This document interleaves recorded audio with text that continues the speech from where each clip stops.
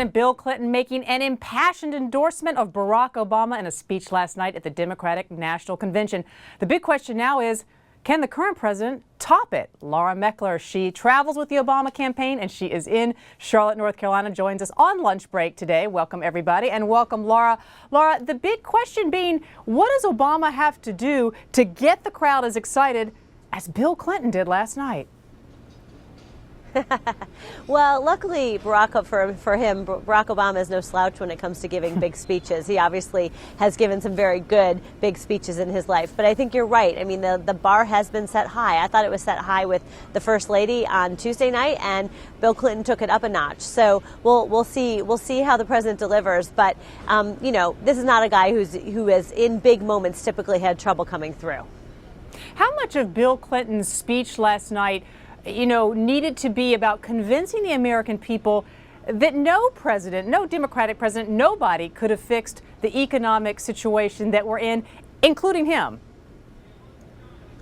You know, that was part of it. I think there were a lot of pieces of the Bill Clinton speech that were incredibly important and to helping Barack Obama and defending him against Republican charges. That was one of them. He was basically saying, you know what, no president could have done this in 4 years. You know, it's not Obama's fault. That was one of his points. And he also went systematically, one by one, through the Republican charges at Obama and dismantled them. So it was, I thought, an incredibly effective, classic surrogate speech where he's able to say things with a credibility that Obama himself can't say. Of course, Obama says many of the same things on the stump, but it comes across differently when you have Bill Clinton, who's a little bit removed from the day-to-day fray and who's out there saying, you know, hey, you remember me, you trust me. You know, people, in fact, may trust him a lot more now than they did when he was actually in the same situation and on the other side of these Republican attacks himself. But I think it was very effective. It's an interesting point you make about Bill Clinton as an independent voice. Obviously, he is a Democrat. He had some incredible one-liners last night, though, about, you know, Barack Obama being the man, you know, had the good sense to marry Michelle Obama, even saying, heck, he had the good sense to appoint my wife, Hillary. And that one-liner cutting right to the heart of the matter here, which is that, you know, Hillary was up against Barack Obama for the nomination last go-around. And, you know, there's been some ill will, a little bit, between Bill and Obama. How did they mend those fences, and does that establish Clinton as a little bit of an independent voice to support Obama? Yeah, you know, you're absolutely right. You know, there was a lot of bad blood between these two guys during the 2008 primary. We should remember that 4 years ago, Bill Clinton also spoke at the Democratic Convention in Denver, and he gave a full-throated endorsement of Obama then. And more importantly, perhaps Hillary did the same. She gave an incredible speech that brought down the House, and that was probably the beginning of the healing of the wounds. But over the last few years, the aides to the former president and the current president have worked to bring them together. They've had lunch. They've gone golfing.